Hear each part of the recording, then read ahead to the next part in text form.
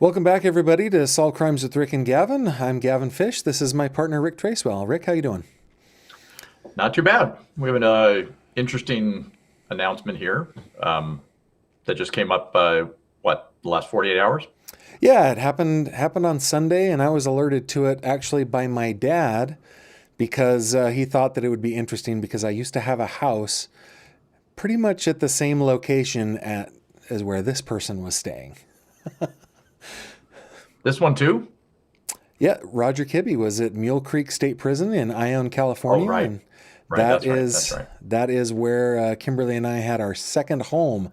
And I guess I just spilled the beans. What we have found out on Sunday is that Roger Kibbe, also known as the I-5 Strangler, was found dead in his cell on Sunday. Well, yeah, found dead. I mean, with his cellmate standing over him. Yes. So, yeah, if you're unfamiliar with Roger Kibbe, stick around because we've got some stuff to tell you about him and his victim. So, Rick, why don't you take it away? Well, Roger Kibbe, and one of the reasons why we're doing this as a live broadcast is because Roger Kibbe was, the I-5 Strangler is what he went by, and I-5 goes straight through the center part of California, right through Sacramento. And I believe, let me check my note here. Let's see here. One, two, three, four, five of his known victims, five of his known seven were from Sacramento, from the Sacramento area. The other two were not far away.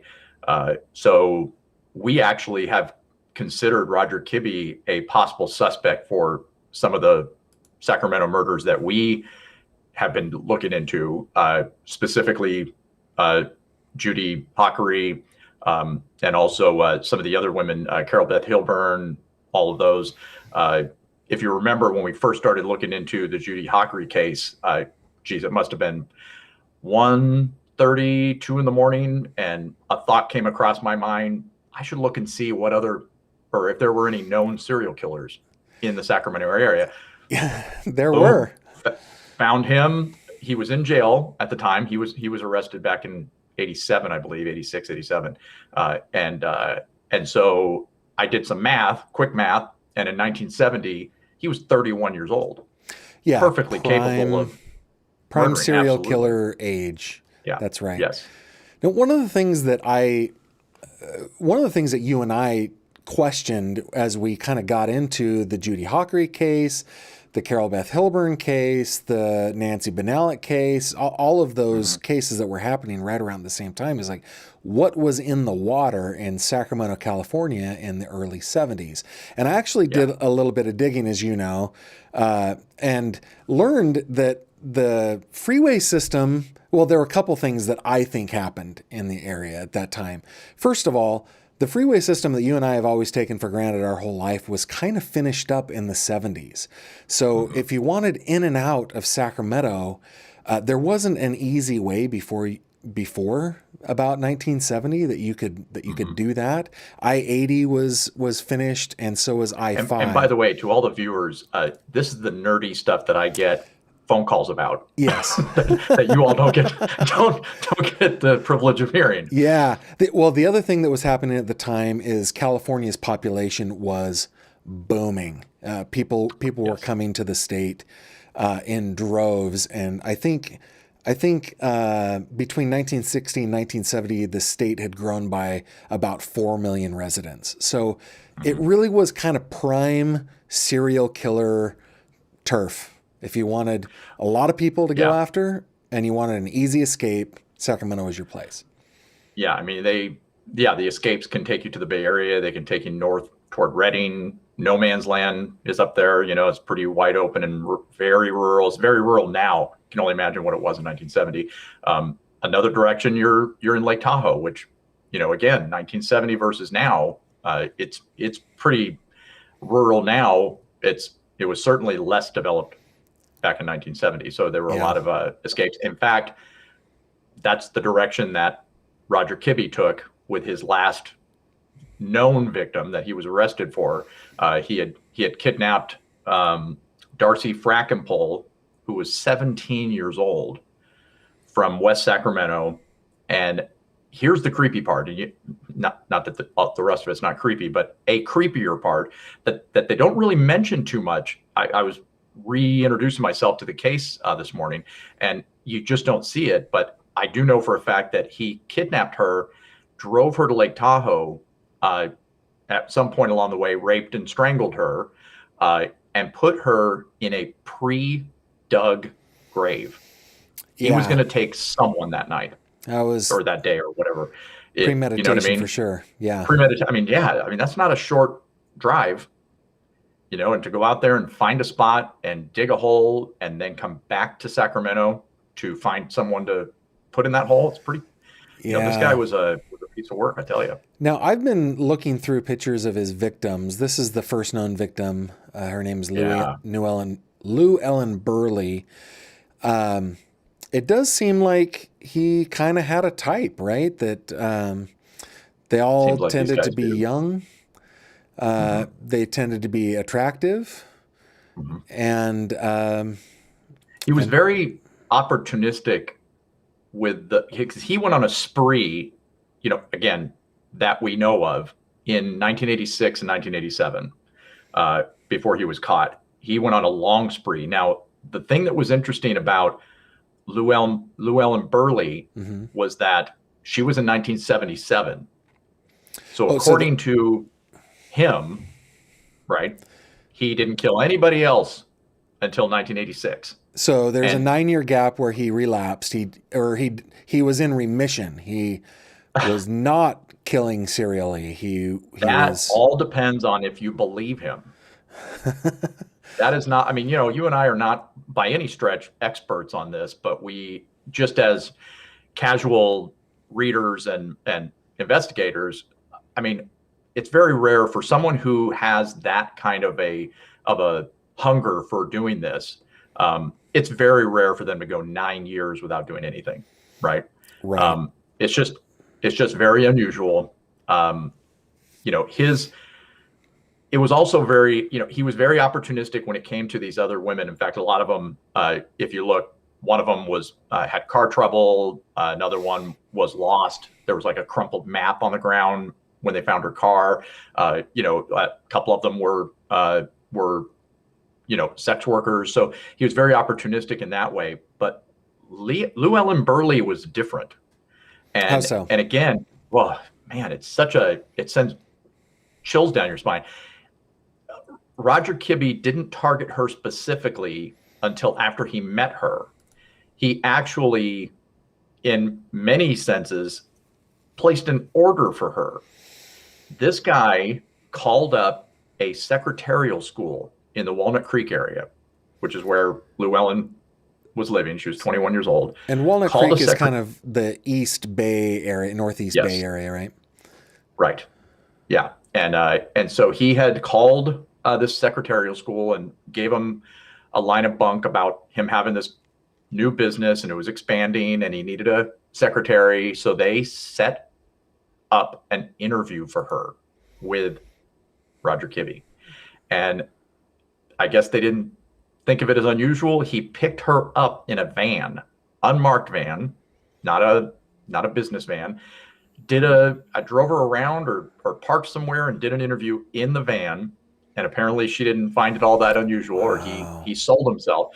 And here's it gets even creepier. He dropped her off back at her house with plans to have a second interview the next day. And she got back in the van. Rick, this kind of thing, just as like a parent, absolutely terrifies me. Just this past weekend, my wife and I moved our oldest daughter into an apartment. She moved out of the house. And one of the things that I told her, because I'm so fearful of this as every parent, is like, trust your instinct. Just trust it. Don't worry about your being impolite or don't worry about the social norms. If you are uncomfortable and your gut is telling you get out of there, you gotta leave. And I think that a lot of these victims just didn't listen to their gut. And of course, I'm not saying it's their fault, right? That's obviously Kibbe's fault, but but we need to teach our children to trust their instincts on this stuff. Yes. And to be fair, 1977, I mean, Sure. there were like 3 or 4 TV channels back then. You know what I mean? There wasn't cable news, there wasn't YouTube. So a lot of these girls were just naive, in general, and certainly weren't looking. I mean, nowadays, most girls that age are at least aware that there are serial killers. Back then it was a little different. So, and he wasn't a known serial killer until much later. So for whatever reason, we've heard stories about these guys who are psychopaths. It goes along with them being sociopaths, which means they can turn on the charm, you know what I mean, to get what they want. Doesn't mean they feel those things. Doesn't mean they are empathetic, but they can look empathetic. So, well, and I'm looking picked her up the second time and at these younger pictures. Now, of course, this picture here is a freaking creepy picture, of course. But when he was a younger man, that just looks like somebody from the 1970s. He looked pretty normal. He looks like an electrician or anybody. Of course, fast forward to what he looks like these days, and well, before these days. Before Sunday. Yeah. Right. So that's a creepy thing, in 1977 for him to actually, like I said, he all but placed an order for her, for any girl. So he apparently did his own. She actually was on an interview, but just not the interview she thought she was on. That's the talk about chutzpah, right? I guess that is a brave killer. Yeah, I guess so. I don't like giving those guys credit for. I don't think they're brave. I think they have their insecurities, which is one of the reasons why they kill women. They certainly don't do that kind of stuff. Maybe brave is certainly not the case. Bold though, freaking bold. Oh yeah, definitely bold. Yeah, bold for sure. Yeah. But just to finish up Llewellyn's story, after when he picked her up for the second interview, he did end up raping and killing her. No one knew where she was.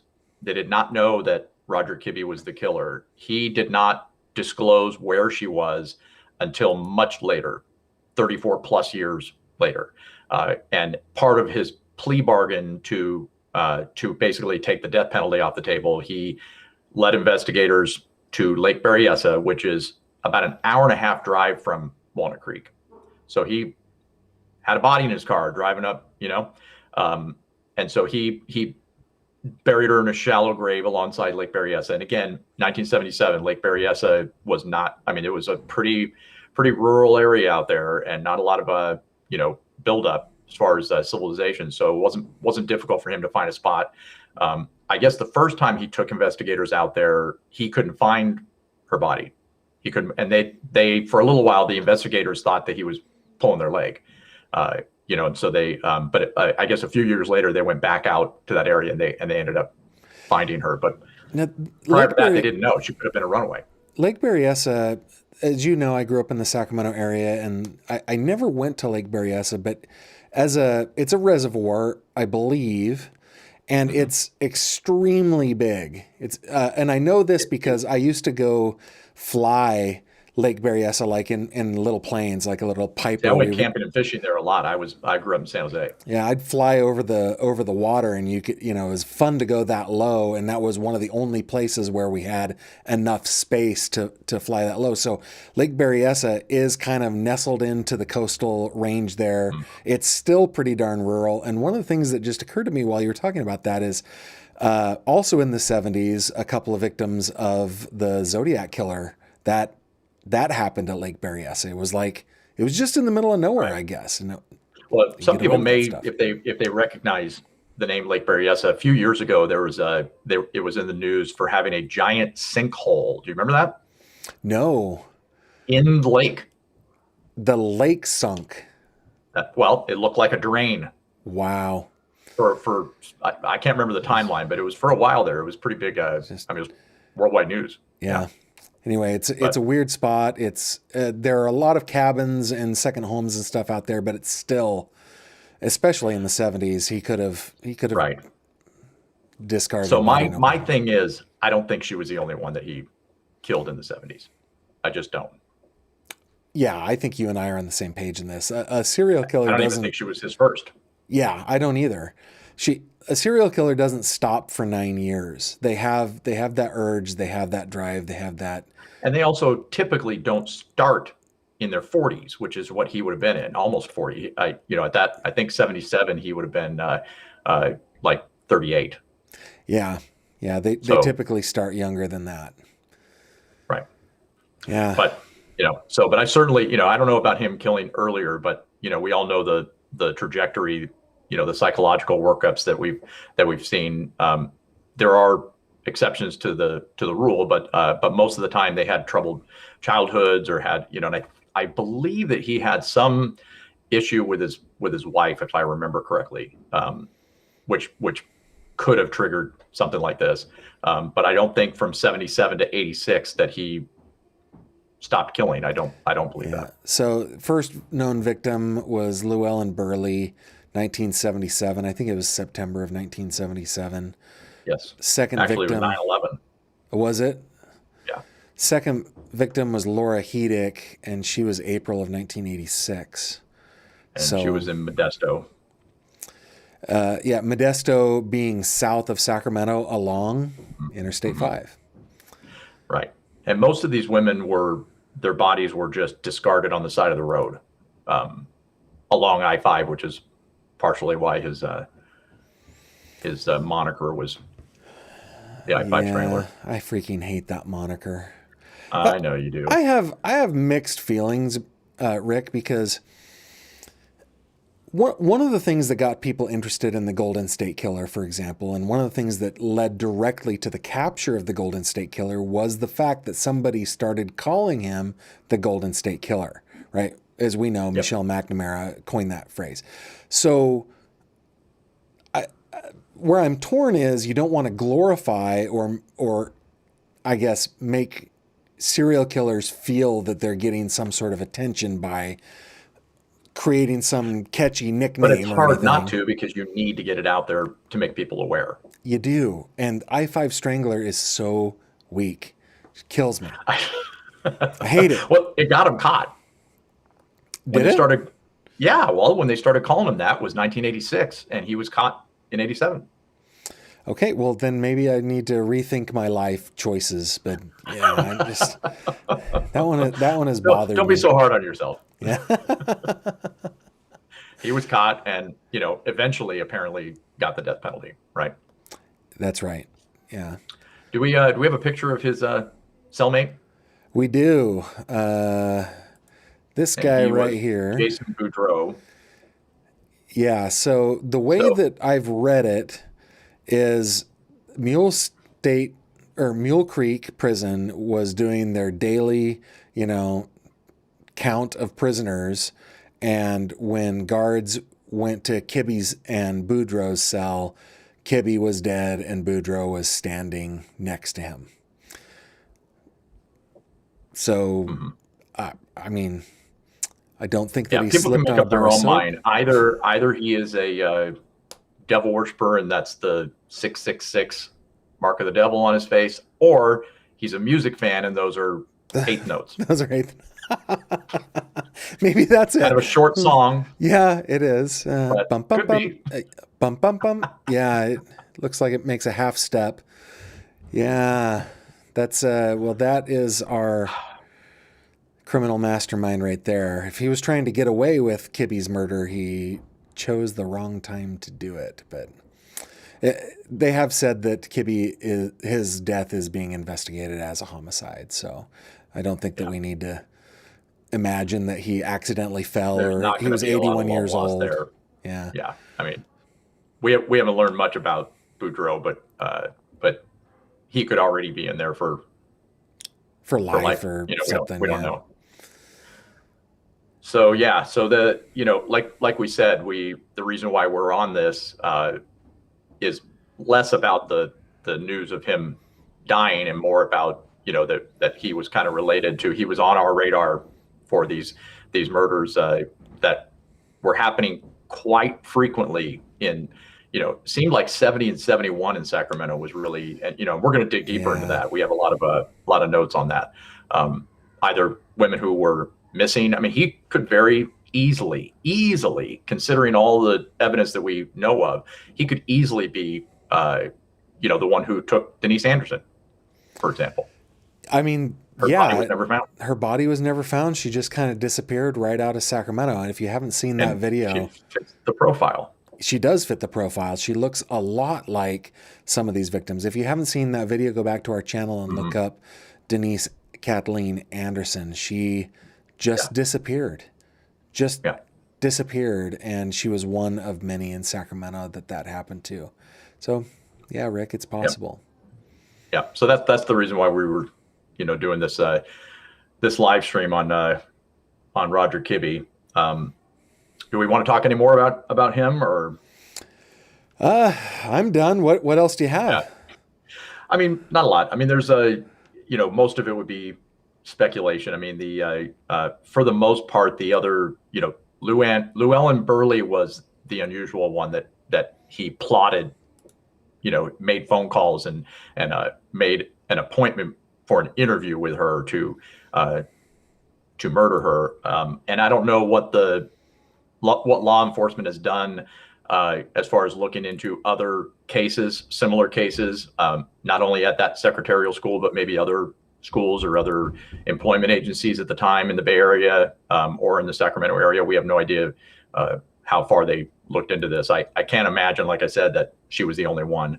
All of the other ones, and again, these are all, I'm doing finger quotes, known victims of his that he admitted to. He was recently, in the last couple of years, he was interviewed, and this was also part of his plea bargain, by the way. He was interviewed on camera on MSNBC, and he was interviewed by a pretty renowned psychologist who has a lot of experience with serial killers and that that mind.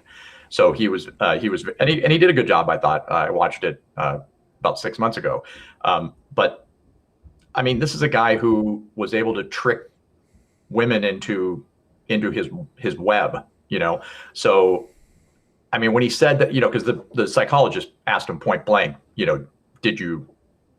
were there any more? Was Llewellyn Burleigh really your first one? And he just flat out, yeah, she was the first one. These are the only ones. There are no more. And he asked him several times, are there any more? Nope, this was it. And he just, I didn't believe him. I'm no expert. I would imagine that lying probably is just as real to him as telling the truth. Sure. Yeah. And this was just a couple of years ago. So how many years has he had to, to plan his story or to tighten it up? Yeah. Hey, by the way, astute viewers will notice that we're missing one victim. I've shown 7 victims. There's one named Karen Finch who I couldn't find a photo of, but she was killed on June 21st, 1987. Okay. So there are actually 8 known victims now. 8 known victims. Llewellyn Burleigh, Lauren Hedick, Barbara Ann Scott, Stephanie Brown, Charmaine Sabra, Catherine Kelly Quinones, Karen Finch, and Darcy Frackenpole. Yeah. I mean, the only sad part about him dying is that he can't be interviewed to see if there's possibilities that he would admit to more. Yeah. But other than that, justice, I believe, has been served. I'm sure a lot of the family members of these women would agree with that. Yeah. Well, yeah, so there is the end of the life of one Roger Kibbe, serial killer and rapist. I-5 Strangler. The I-5 Strangler. The world is better off with him gone. For one. I will say that one of the things that got him caught was that he used a specific type of rope to strangle these victims. And it turned out to be parachute rope. And Kibbe was an avid skydiver his whole life. And that was one of the ways that they caught him. They were able to tie everything together, so to speak. Well, yeah, no pun intended on that one. Now, apparently, what is the story about this book by Bruce Henderson? Yeah, Bruce Henderson wrote a book I believe it was quite a while ago. I think it was in the 90s. So this book is about Roger Kibbe. So if anybody wants to learn more about Roger Kibbe, I'm not sure that the book is still available. That photo was from a website of a used bookstore that had it available. So I don't know if it's available on, book on tape or anything like that. But if you're interested in learning more about how they found Roger Kibbe, the I-5 Strangler, Trace Evidence by Bruce Henderson, is your book. Yeah, that came out in '98. So I don't know if it's still in print or not, but yeah, so that guy, I mean, he had enough to write a pretty long book about it. Yeah. All right, Rick. So, well, I think we're good. I think we're good. Thank you, everybody who's watching. If you have any comments or questions, please stick them in the comments section. If you are new to our channel, if you've never seen us before, we invite you to go back and take a look at some of the cases that we're working on. Rick, maybe let's take 30 seconds to give a commercial for Solve Crimes with Rick and Gavin. What makes us different than the other true crime channels here on YouTube? Well, it's in the name. We actually attempt to solve these crimes. I mean, earlier this morning we were on a Zoom call with our in-house pathologist, working on the Amanda Winkowski case. So we're not just talking heads on video. We actually are putting in the efforts of investigation much more than we ever imagined. Yeah. But if you head over to solvecrimes.tv, you can take a look at our team. I think that's pretty important. We have not only Rick and I, but we have a forensic pathologist, we have a genetics professor, we have a former prosecutor, we have a former homicide investigator, and a few more team members, including a private investigation service. So we are actually trying to solve these crimes. We're putting as much information out there as we possibly can. So yeah, definitely go back and check out our videos and see what you think. And if it's something that you're interested in and want to be alerted, to future episodes, because we never know when things come up with some of our cases. They blow our minds sometimes. So definitely subscribe and click the little bell to get notified on when you're on YouTube. Cool. All righty. Thanks, Rick. Hey, thanks, Gavin.